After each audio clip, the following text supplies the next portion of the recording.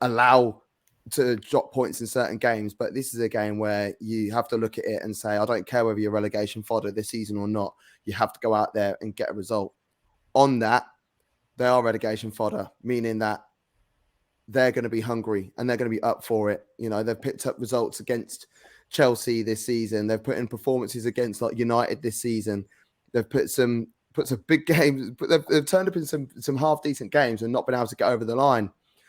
So, look, I expect a win, and I don't expect anything less, if I'm honest. But if we drop points, I think this is where our season does fall apart. Simple as that, really. Oh, really? That is a big statement. If we don't get a result against Leeds United this weekend, our season falls apart. Because just say for whatever reason we were to lose this game, City win, 5 points. Go to Anfield next week. We like how Liverpool don't like traveling to the Etihad. Arsenal do not like traveling to Anfield. And then, all the games that we play against teams that are challenging for Europe / title, or teams that are battling relegation. We haven't got any mid-table teams this season. So every game from here is tough. So I expect, as I said, I expect us to win this game, and I genuinely expect us to win it comfortably. But if we do not get a result of any variety, that is where our season will fall apart. If City it's our buffer. If City beat Liverpool and you lot lose to Leeds, 100% agree. I think it's going to be a long end to the season. Like, it's going to be... That oven goes from 10 degrees to 250. But bring your dog, bring your kids. It's a walk in the park. Easy 3 points. Easiest 3 points you're going to get all season. I can't see Leeds doing anything at all. The Emirates, I hate it. It's just going to be, you don't love it. You don't love that home advantage this season has been brilliant. Arsenal fans, the atmosphere, the players are playing up to the atmosphere. They're feeding off it. The fans, even when you go 1-0 down, the fans are still giving you all the energy. I can't see how it leads.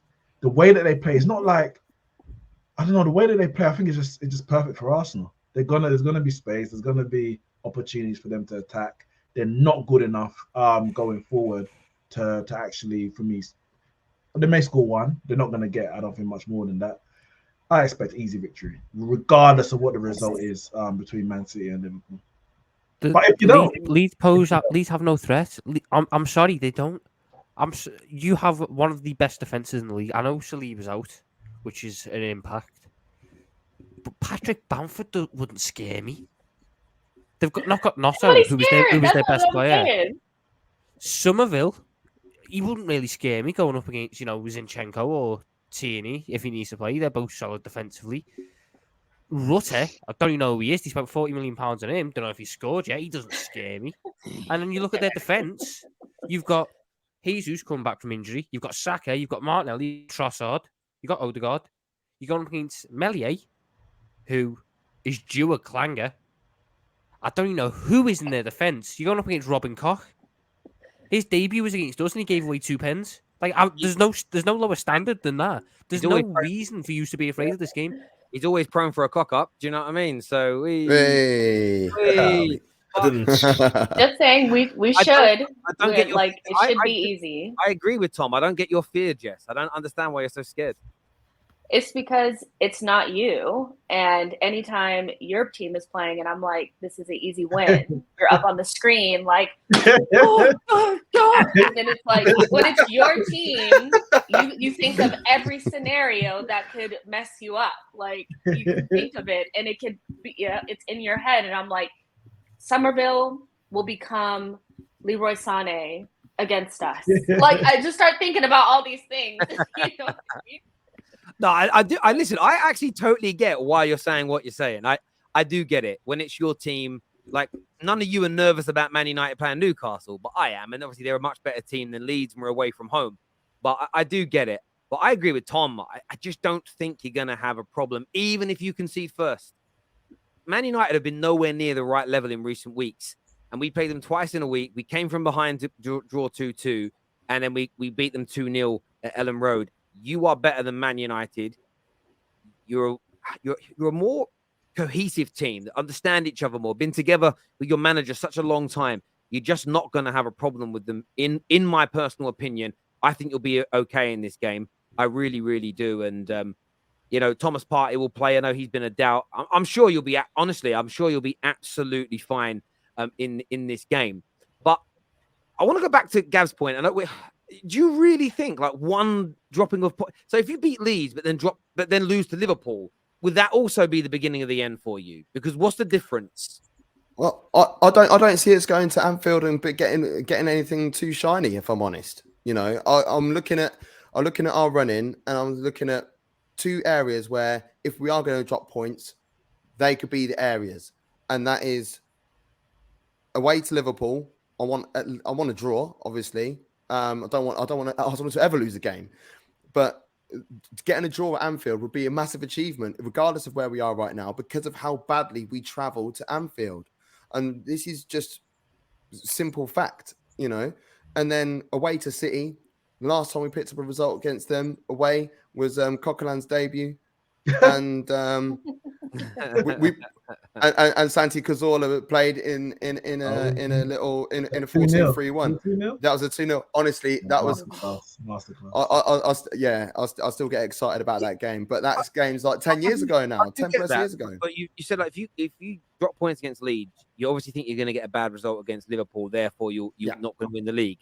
But if you beat Leeds, but then still go and lose to Liverpool, do you think any defeat before you play City is going to lead to your downfall? Honestly, like if we can't, I do believe so. Yeah, but as I said, I am confident that we will get a win on Saturday. What I'm trying to say is, if we don't, for whatever reason, that will be the end of that. That will be the end of it. But I'm looking at going to the Emirates on Saturday and being like, right, okay, let's smash them. It might be 3-0. It might be 3-0 after 20 minutes, and the game finishes 3-0, and we could just take it easy, start like taking man off and getting ready, like getting wrapped in cotton wool, ready for the Sunday after that. But nah, I'm just a dickhead.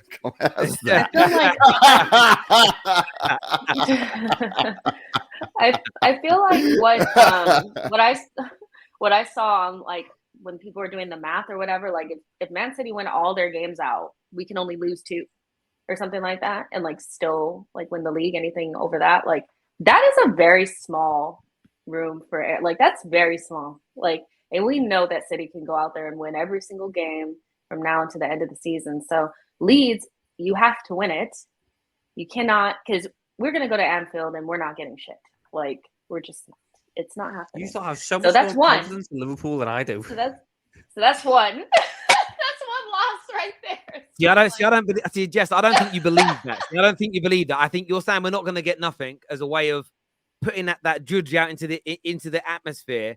I think you believe deep down inside, if you're all alone in a room and in a nice little quiet corner, I think you believe you can get something against this Liverpool team at Anfield. No, I believe you can.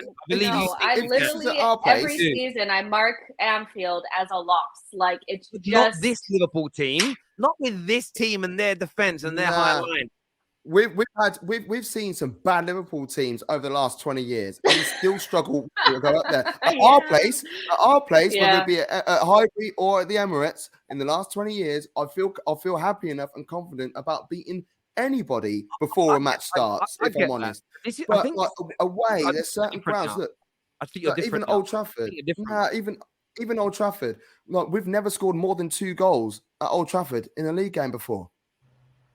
In the Premier League, know that. That's a great stat. Wow, in the Premier League, not what I expected.